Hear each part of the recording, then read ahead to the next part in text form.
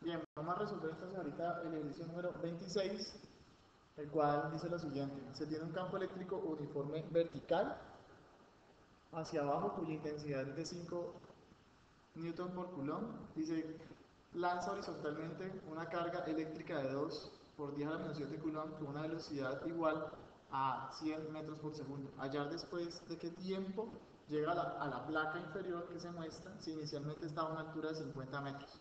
Se sabe la masa de la carga, que es de 0,50 kilogramos, y la gravedad se va a tomar como 10 metros por segundo al cuadrado. Muy bien, entonces lo primero que hay que tener en cuenta es que la sumatoria de fuerzas en el ejercicio corresponde a la masa por la aceleración. Ahora, vamos a observar qué tipo de fuerzas existen en el ejercicio. Vamos a empezar. La primera, la fuerza que se observa en el ejercicio tiene que ver con la fuerza electrostática. Es fuerza electrostática, que es la primera que aparece en el ejercicio.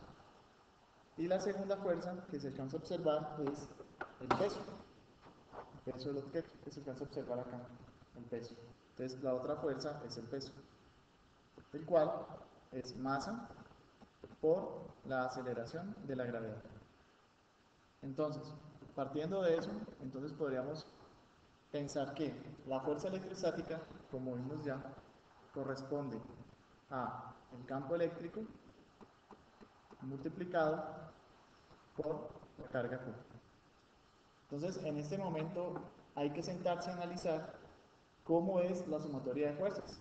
Entonces, si el objeto va hacia abajo, entonces se puede suponer que la sumatoria de fuerzas, que es la masa por la aceleración total de la partícula, va a ser igual a la fuerza electrostática más el peso. Entonces, en esta parte del ejercicio podemos definir las siguientes variedades. La primera, la fuerza electrostática es calculable. El peso es calculable. La masa se conoce. Es decir, lo único que nos quedaría faltando allí es calcular la aceleración. Entonces,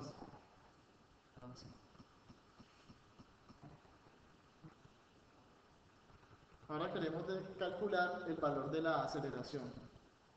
Pero para calcular el valor de la aceleración, ¿cuál es la razón de obtener la aceleración? Recordemos que en el ejercicio nos están pidiendo hallar el tiempo. Entonces, para hallar el tiempo, debemos suponer primero que este movimiento lo vamos a suponer como una caída libre. Una caída libre es lo primero que hay que pensarse.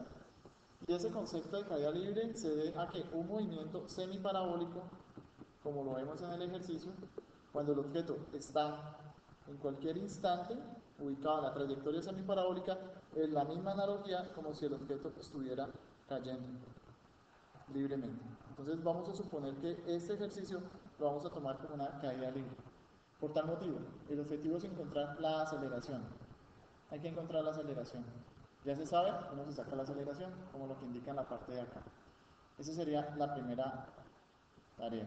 Y la segunda tarea es, con ecuaciones cinemáticas, encontrar el tiempo que se demora el objeto en llegar al suelo. Ese tiempo se puede calcular a través de las ecuaciones cinemáticas.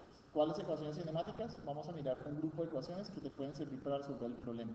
La primera, y final es igual a y inicial más velocidad inicial en y multiplicado por el tiempo más un medio de la aceleración al cuadrado más un